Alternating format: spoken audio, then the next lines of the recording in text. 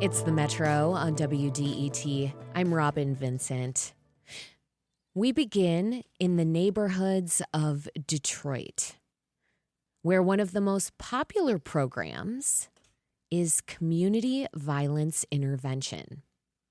It's a policy that tasks neighborhood residents with intervening in disputes to reduce gun violence and mitigate harm. Many say it's working.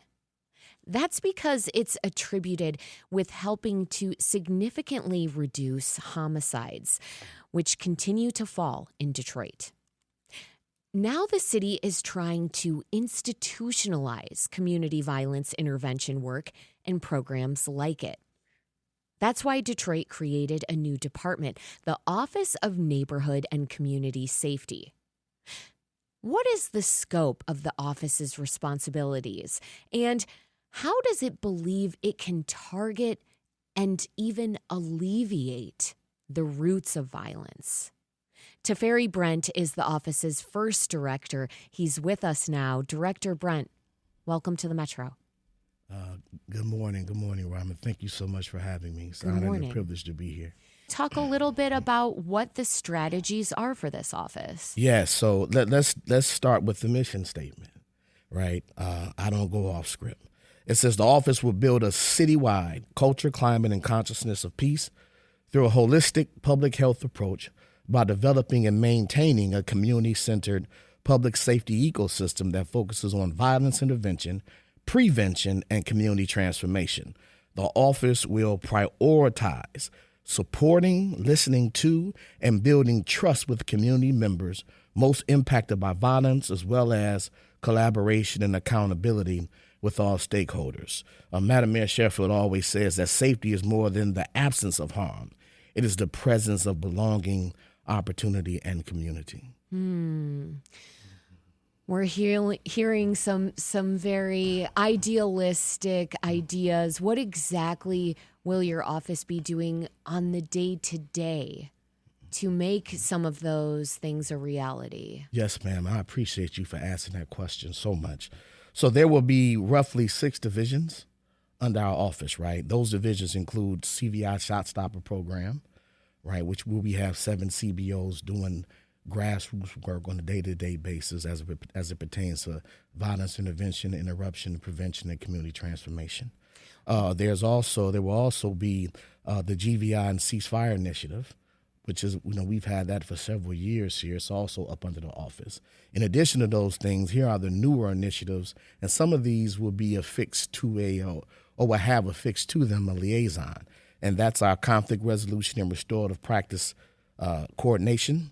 That is our survivors advocacy strategies, our domestic violence, intimate partner violence prevention and intervention, and reentry support initiatives. Reentry will have a liaison. DV, IVP, intervention and prevention will have a liaison, and conflict resolution and restorative practices hopefully will have a coordinator. And then, of course, we would also like to have eventually a liaison for the survivors advocacy strategies. It sounds like there is a lot of work ahead. A lot of work ahead. I'm wondering, why did you want to lead this office? Well, I was asked to, number one, and I've been doing the work for over 35 years. I've been doing the work since the late 80s. I'm a mentee of Clementine Barfield, who is the founder of the Urban Peace and Justice Movement, when her son, Derek Barfield, was murdered in July of 1986. And then she starts So Sad, Save Our Sons and Daughters, in January of 1987. She was one of the first to actually have a violence intervention, grief support organization housed in the Department of Homicide in DPD. This is in the late 80s, early 90s. Her entire organization was funded, right? And she had paid folks who were skilled and trained at doing community outreach to address violence in the community. This is back in the 80s, early 90s. I come up under Ms. Barfield. I'm a mentee of hers. So is Dr. Earl Henderson and so many others that she's developed. Malik Shabazz was also very close to her, and she was a mentor and a advisor for him as well. So this is what I've been doing since the early 90s, late 80s. This is who I am. So it was only natural for me when Madam Mayor blessed me with the privilege to serve the citizens of the city of Detroit to just step into what I already helped build. What did you see about doing this work that showed you how transformative it can be? Why have you been doing it for so long? Well, we have a responsibility, I believe. I believe we have a responsibility to ensure that we provide a safe space for our elders, for our children, right, for our women, those who are oftentimes the most vulnerable in our communities. And as a man, especially, I have a responsibility to be a protector, not a predator. I have a responsibility to protect our community. That is the role, right, of adults, but especially adult males. When so many of the victimizers of the most vulnerable are men, right? So we have a responsibility, those of us who are conscious, aware, and spiritual, to do what's right by our community. And the most righteous thing we can do is to protect our community, create safe spaces for our elders, our children, and our families. Let's give folks a better understanding. I mean, for someone who's never heard of community violence intervention, what does it look like in practice? Can you give me an example? Oh, sure. So our seven CBOs, I mean, it would be excellent if, you can maybe have some of them come talk to you. Our most successful one, our most successful one is Force Detroit, right? Yeah. So what they do on a day-to-day basis is regularly engage high-risk individuals in their community.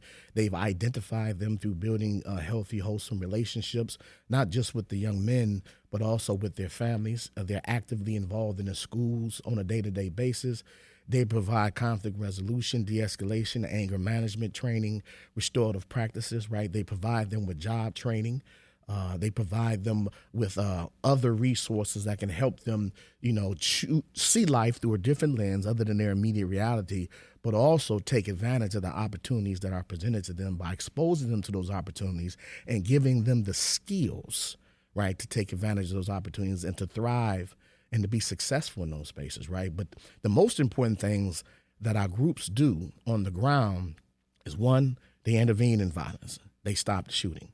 Two, they build healthy relationships, provide resources, so they ultimately begin to help transform the thinking and the physical reality of our young people, right? Because if our young people don't feel safe, if they don't feel valued, if they don't feel loved, if they don't feel respected, if they don't feel cared for, then they have no problem with doing harm to somebody else, because after all, everyone else has done harm to them.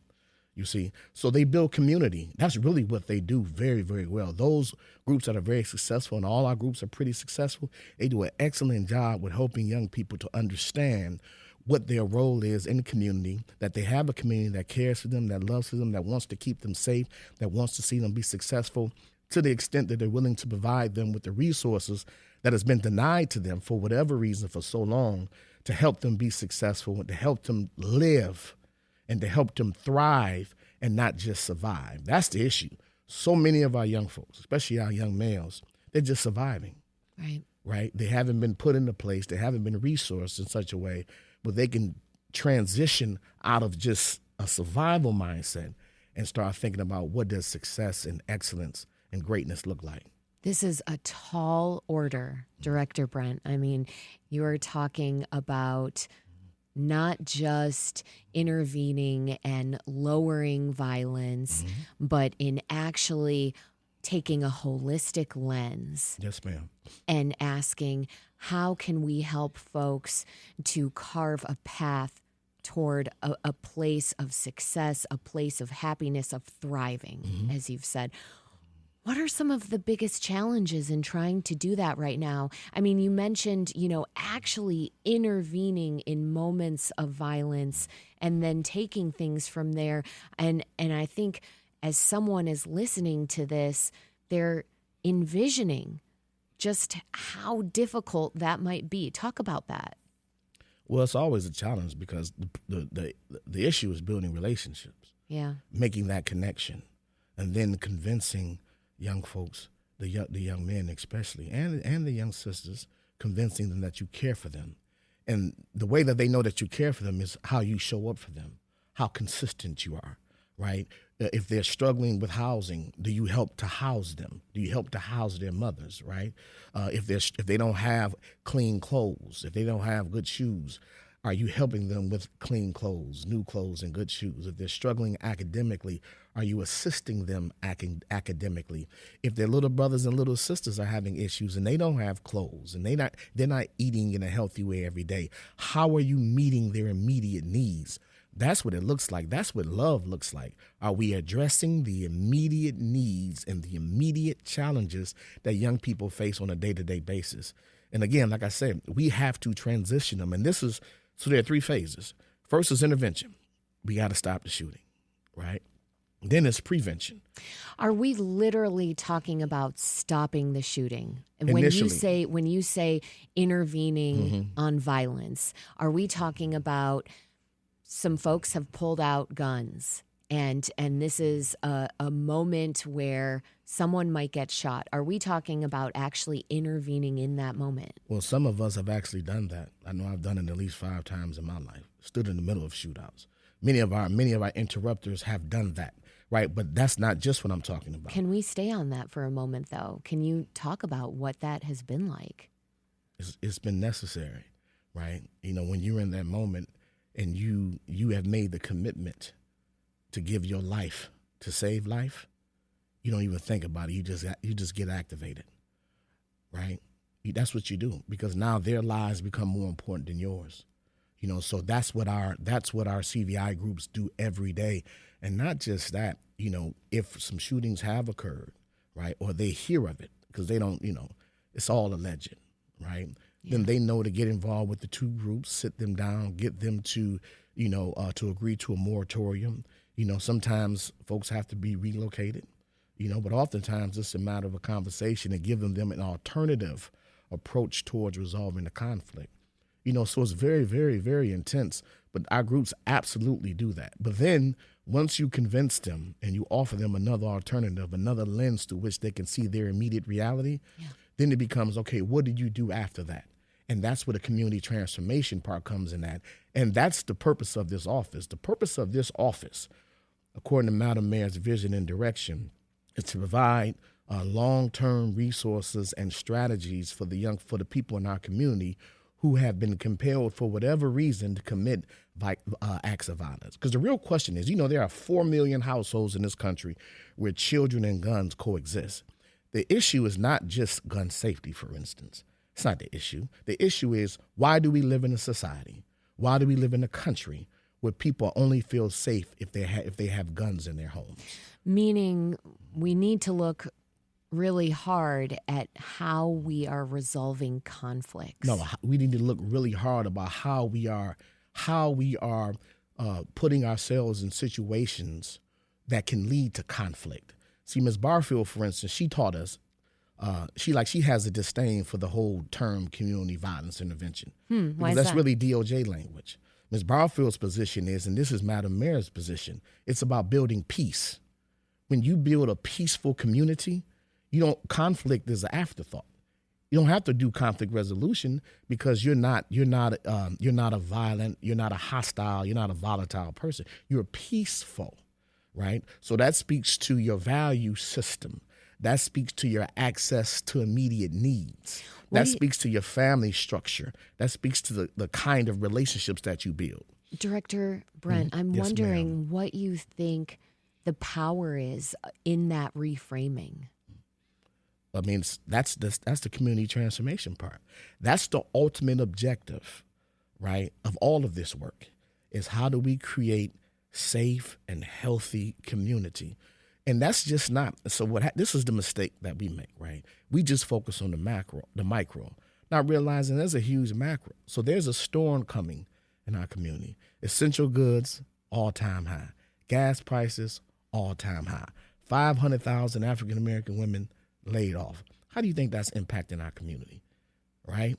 You know, so we have to be mindful of the fact that we have to control what we can control, and that's how we react to these dire straits. That's how we react to these negative, circumstances that come upon our community. That is something that we do own, but we also have to recognize that there's a macro level of challenges that are imposed upon our community. And Madam Mayor cannot fix that. You're talking about the broader systemic structures Yes. in place in this country, the ones that are deepening racism and inequality and many of the issues that prevent folks who are in poverty from climbing out of that. Are these some of the things that you're talking about? And see, and it's clear. And I would make the argument that Madam Mayor is one of the nation's, if not the nation's, first anti-poverty mayor. When you look at the things that she has done in regards to living wages, over 900,000 city employees being given a living wage, the highest in the country, $21.45, more than they make in L.A., right? $21.45 is now the starting wage for city employees. Not to mention the RX Kids. We're the biggest municipality in the country that has RX Kids. $1,500 for single mothers and $500 or $600 for a month, for several months afterwards. This is anti-poverty work. Director Brent, that is what I want to end on, is the connection between anti-poverty work and lowering crime. Can you elucidate that connection for us and why these things work in tandem? Yeah. I mean, what happens when children don't have access to food and resources, right? What happens to them? What decisions are they compelled to make? What circumstances are they introduced to that they do not yet have the skills to navigate, right? So the problem that many of our young folks are facing in our community is that they are being forced to deal with adult realities, and they're still children, right? The male brain doesn't fully develop until they're 26 years old. So now you're asking boys to make adult realities by dealing with adult trauma and adult challenges. That's reprehensible, right? And this is what we're trying to address. When Madam Mayor gives 900 city employees a living wage, that has a trickle-down effect upon the community. Now, if I may, Mayor Sheffield's proposed budget hasn't passed yet. So a lot of this we're waiting to see if this will become a reality, but it sounds like you believe it will. I'm faithful. Madam Mayor's a lot of folks forget that she's also an ordained minister. So she's faithful as well. We're faithful. And I believe in city council. I know all of them, and they really are about doing what's in the best interest of the people. So I believe for the first time in a long time, one of Madam Mayor, she has seven principles, 7 pillars, 7 values. The most important one that really sticks out in all of our minds is collaboration. And the way that she defines it is removing the silos. And you will hear all of us say this a lot. We are removing the silos. There isn't a city council and a mayor's office. It's one Detroit. It's all of us, right? So it's all about us coming together, putting our individual agendas aside and doing what's in the best interest of the majority of the citizens of the city of Detroit. All the citizens of the city of Detroit have chosen us to serve them and to meet their needs. So it's one Detroit, no silos. Teferi Brent is the director of Detroit's Office of Neighborhood and Community Safety.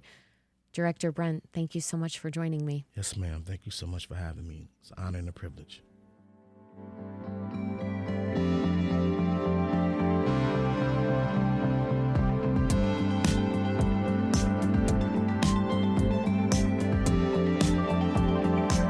It's the Metro on WDET. I'm Robyn Vincent. Up next, drones are now beating police cars to 911 calls in Dearborn and Warren. The technology is fast, it's impressive, but crime is already falling without it. So what are we really trading for those eyes in the sky? We'll ask that question next, right here on the Metro. Stay with us.